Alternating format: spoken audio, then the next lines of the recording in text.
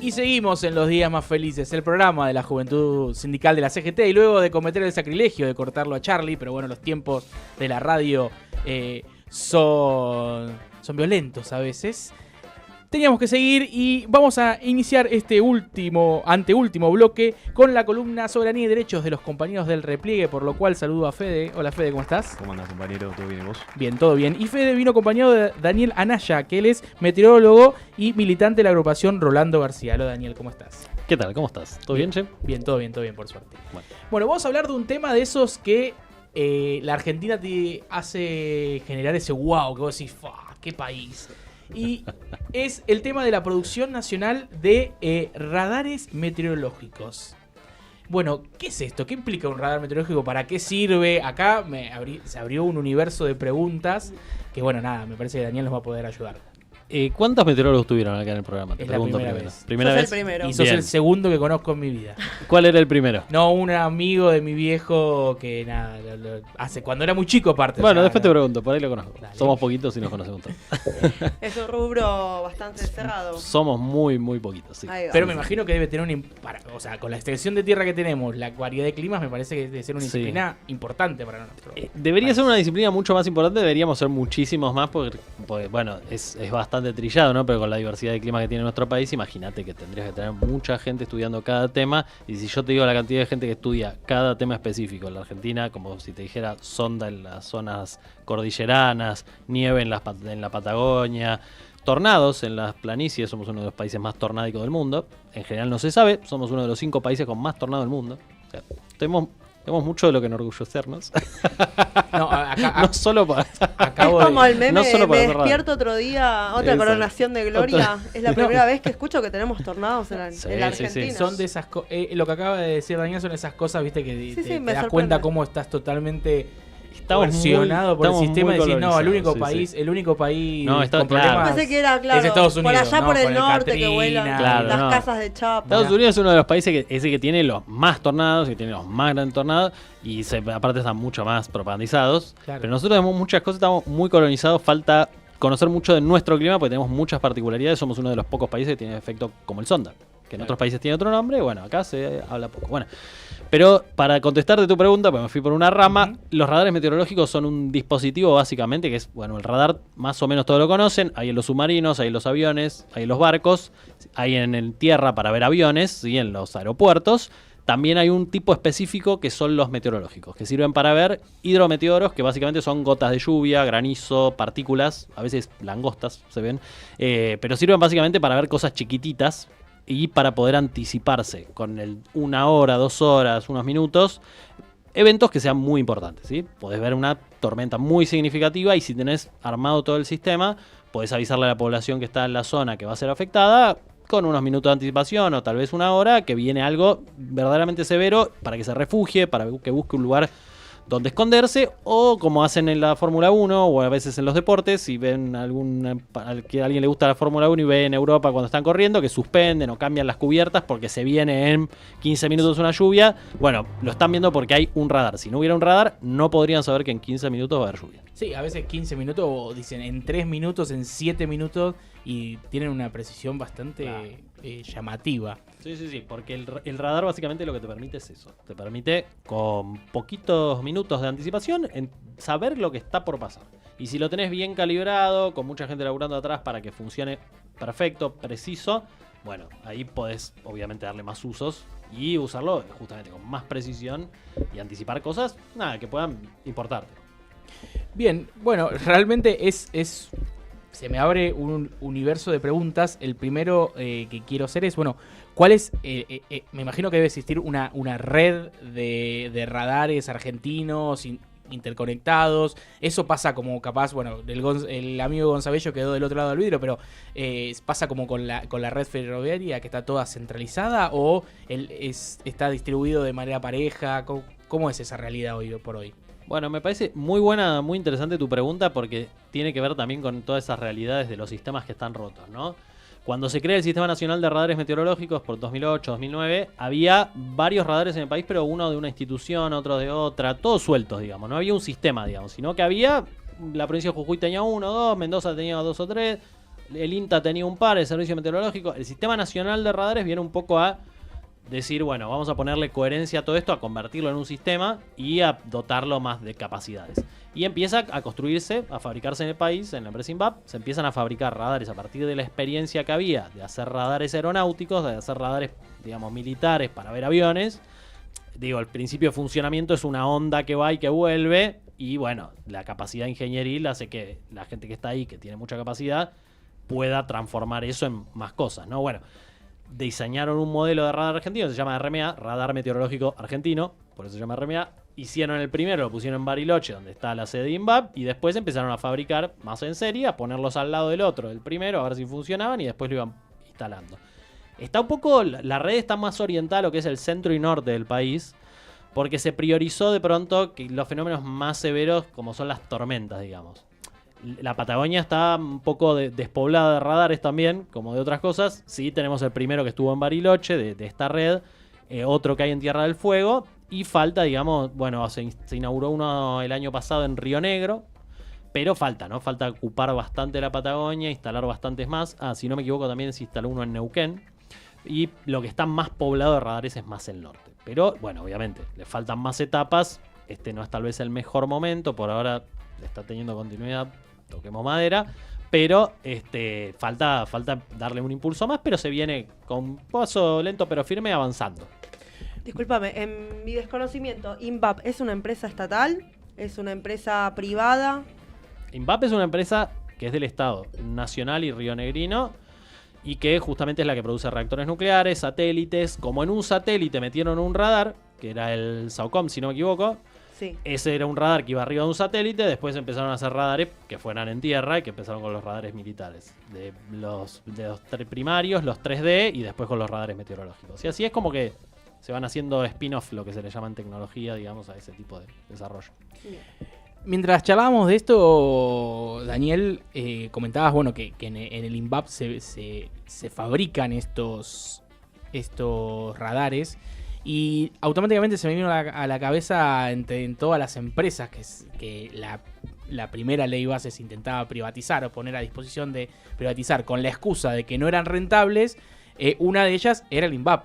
Me imagino que esta muestra de soberanía en la producción de satélites también implica una capacidad de exportación de la Argentina, como habrá sido el reactor nuclear que se está produciendo, que se cortó el proyecto con pedidos extranjeros. Me imagino que los radares argentinos tienen una potencialidad de exportación, ¿verdad? Tal cual, porque o sea, en particular Latinoamérica y África, ¿no? Pero digo, son los dos continentes que más falta de datos tienen.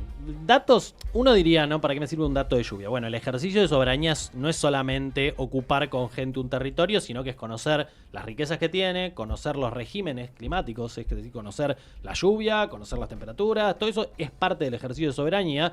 De hecho, me permito una pequeña digresión porque me gusta irme por las ramas, y porque ya perfecto. Dejo sentada un comentario. La primera base permanente en la Antártida de la Argentina y de todo el mundo era una base meteorológica, era una estación de observación meteorológica. La Argentina tiene los registros más viejos que hay en la historia del mundo de la Antártida. ¿Sí? ¿Por qué? Porque tuvo la primera estación meteorológica permanente en la Antártida. O sea, eso también es ejercicio de la soberanía, porque es el primero que se dedicó a conocer el clima de la Antártida. Y eso es lo que le permite hoy uno de los principales pilares de reclamos del ejercicio soberano en la Antártida. Dijo, yo soy el primero que está. O sea, no es que estoy reclamando, yo ejerzo la soberanía. Lo hago. Estoy hace más de 100 años ahí. Pero bueno, justamente, INVAP es una empresa que se fue muy golpeada en los 90, y es una empresa que ahora, obviamente, quieras o no, se ve golpeada. ¿Por qué? Porque le dejan de contratar, o los pagos se los retrasan, y todo ese tipo de cosas van erosionando. Una empresa que se supo bancar los 90 y pasar de tener más de miles de personas a quedar con una planta reducida de 300, 400 personas, de lo cual salieron otras empresitas, ¿no? Que fue armando cuando se tuvo que un poco desgranar, logró constituir otras unidades productivas para sostener a la gente, para que se mantenga el trabajo y para que toda esa capacidad que se acumuló no se perdiera.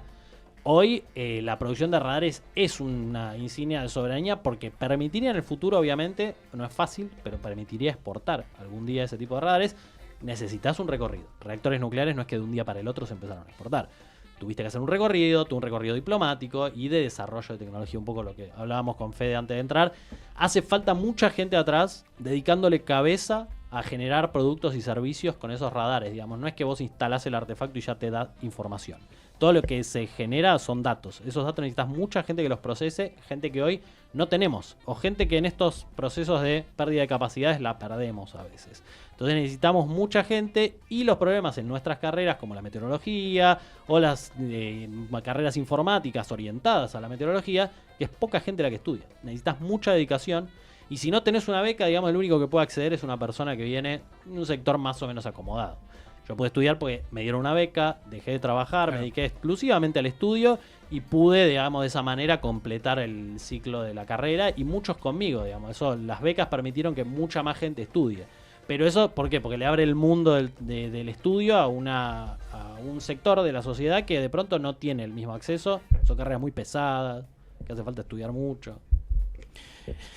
Durante el cierre de la gestión del gobierno de Alberto Fernández, la meteorología argentina se puso un poco ahí en primera plana, ya que una mujer argentina fue designada al frente de un organismo internacional de la meteorología. Siempre se me cruzó y nunca me tomé el trabajo de investigar si eso tenía que ver con un mérito individual de la persona, o hay un trabajo atrás de que la meteorología argentina es medio una bandera en el mundo, por decirlo de una manera. Un poco y un poco. No, sí, un poco y un poco. Obviamente no le podemos quitar el mérito a ella. Celeste, que ella obviamente es una profesional de primera, pero sí hay, la Argentina tiene mucho trayecto, tiene mucho recorrido. Pensá que la Argentina fue el primer país del mundo en tener una carrera universitaria en habla hispana de meteorología. ¿Por qué? Porque había tradición, digamos. Tenías mucha gente abocada a ese sector, y se le puso muchas veces y se le puso mucho esfuerzo. Sobre todo en los dos gobiernos peronistas se generaron muchos programas de becas para que la gente estudie, y se incrementó mucho la cantidad de personal, el servicio meteorológico creció mucho, y a partir de ahí, digamos, tiene un crecimiento grande. También porque fue el tercer servicio meteorológico que se creó en el mundo, el argentino, en la época de Sarmiento, y entonces tenés también un recorrido en ese sentido muy extenso. Entonces hay mucha experiencia en la Argentina acumulada y profesionales de primer nivel. Pensá que acá estudiaron muchos de los que fueron directores de servicios meteorológicos de Latinoamérica cuando se crearon, ¿sí? Porque acá se crea la primera carrera universitaria de habla hispana, vienen muchos a estudiar acá y después se van a sus países, en algunos, a crear los servicios meteorológicos o a dirigirlos. Con lo cual hay una tradición, somos la cabecera de la región, hay una trayectoria, y tiene que ver también con que en el año 2007 o 2009, si no me equivoco, se pasa el servicio meteorológico a manos civiles nuevamente. En el 66 la Fuerza Aérea, digamos, se lo pasan a la Fuerza Aérea, y se ve muy mermada su personal, sus capacidades, digamos, el recorrido, la cantidad de gente que tenía. Y cuando pasa de vuelta a manos civiles, digamos, empieza a poblar de vuelta de civiles y militares, pero más parejo. Antes, si no te asimilabas, digamos, casi que no podías entrar, digamos. Tenía que ser sí o sí de la Fuerza Aérea. Ahora ya es más parejo, digamos, y podés tener distintos recorridos y estar ahí. Y eso abrió todas las puertas para que, bueno, después se vaya encarando un proceso de crecimiento. Sí tengo que decirte que la reemplazante de Celeste fue Janina. Janina la nombra cuando Celeste queda como presidenta de la Organización Meteorológica Mundial. Queda Janina directora del servicio meteorológico, y ella, bueno, se opuso a los despidos, a los 70, 80 compañeros que querían echar del servicio meteorológico, y bueno, por eso a ella la desplazan, obviamente, y bueno, pusieron a otra persona. Ella siguió trabajando, pues parte de la planta del organismo, y bueno, me parece que es meritorio decirlo, porque verdaderamente no todos se pusieron al frente, digo, a decir, no podemos consentir o avalar esto.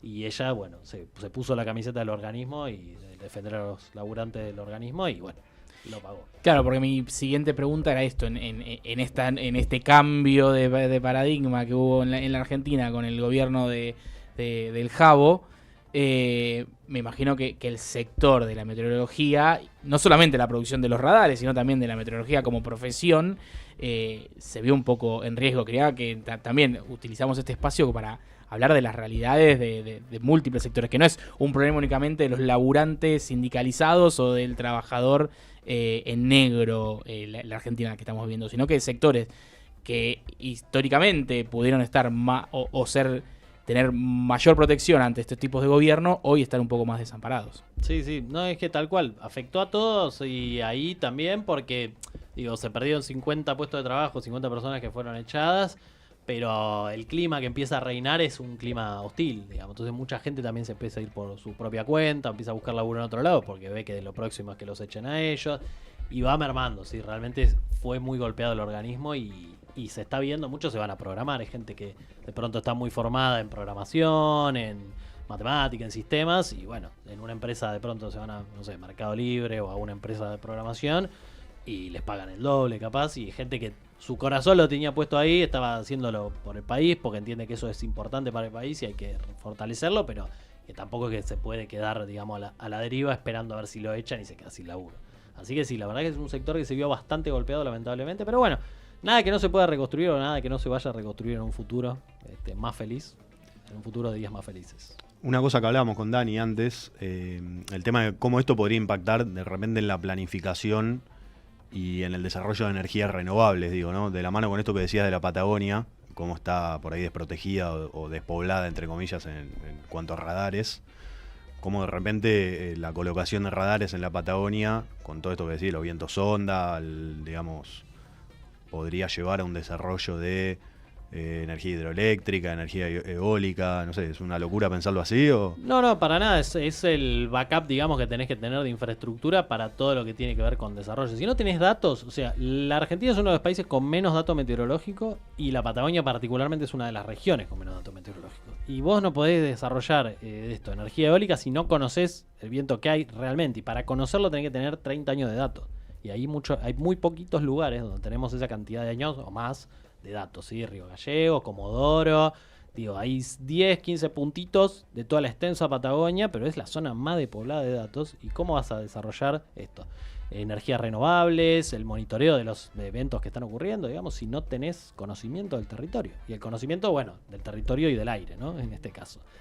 Así que sí es fundamental para todo lo que es energía, para todo lo que es ambiente, monitoreo del recurso hídrico, que es tan importante, ¿no? El recurso hídrico básicamente se cuantifica, o sea, se contabiliza en el aire con radares.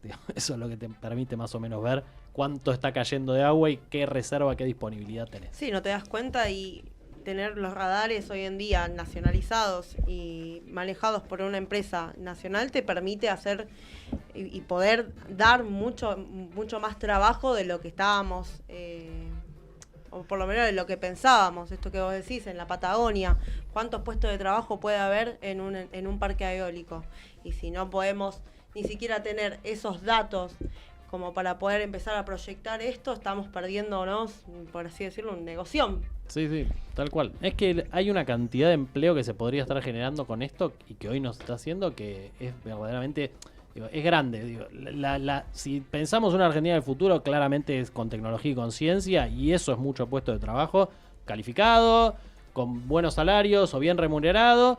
Pero necesitas invertir en eso, invertir en el recurso humano, en la formación y después darle una posibilidad laboral, pero que te va a redundar en esto, en beneficios para la aeronavegación, para el medio ambiente, para el manejo del recurso hídrico. Son un montón de cosas, digamos, que es fundamental. Pero bueno, hay que ponerle cabeza, hay que tratar de ir convenciendo gente, sumando voluntades, porque una compañía que es meteoróloga en la Patagonia decía, acá me consultan todo a mí. O sea, porque se convierten en referente automáticamente. Pensé que mañana se instala un meteorólogo en la provincia de Tierra del Fuego, en Río Grande, se convierte en referente de Río Grande, porque todos le van a ir a preguntar, porque nada, tenés a alguien de confianza, digo, alguien que sabe, que vos sabés que sabe. Bueno, necesitamos poblar el país de todas las profesiones también que hacen falta. No es por desmerecerte, Fede, pero abogados tenemos por todos lados.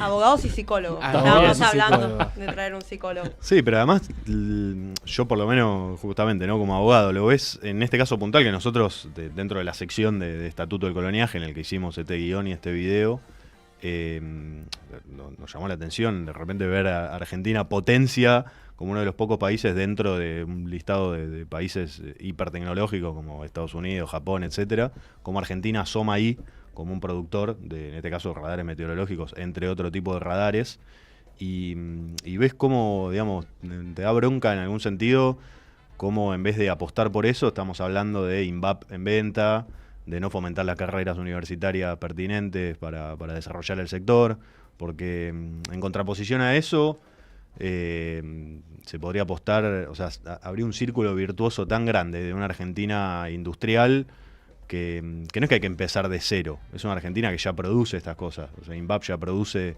los radares, los reactores nucleares, los satélites, y digamos, cómo eso se podría retroalimentar con favorecer, incentivar la educación de la carrera correspondiente, con la generación de empleo de calidad en ciencia y técnica. Digo, es como una fotografía de alguna manera de la Argentina que queremos y que se puede desarrollar, y otra vez de alguna manera atacada o amenazada por las recetas de siempre, ¿no? Pero en este caso llama la atención y no se entiende por qué INVAP, ¿no? O sea, por qué ir en contra de específicamente una empresa así. ¿Qué sé yo? La hazaña. Claro, la hazaña de los que laburan para... Sí, la hazaña, el entreguismo.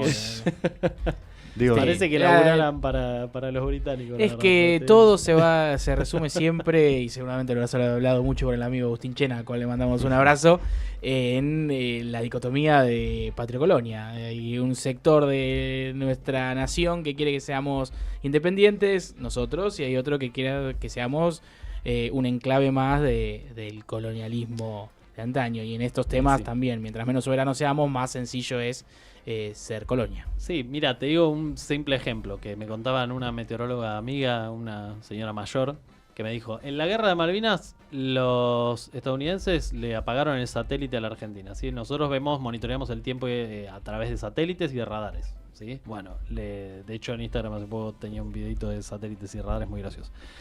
Con los satélites vos ves cómo evolucionan los fenómenos meteorológicos, lo fundamental para la aeronavegación, o sea, para la aviación.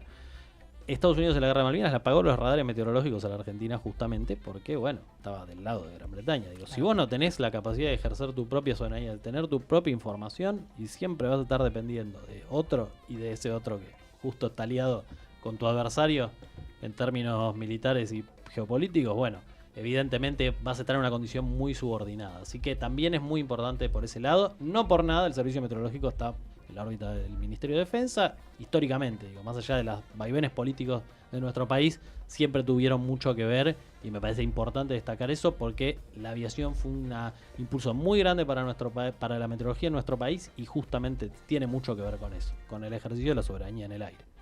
Bueno, Daniel, realmente muy interesante la charla. Podríamos estar charlando bastante sobre este tema. Te queremos agradecer mucho tu participación.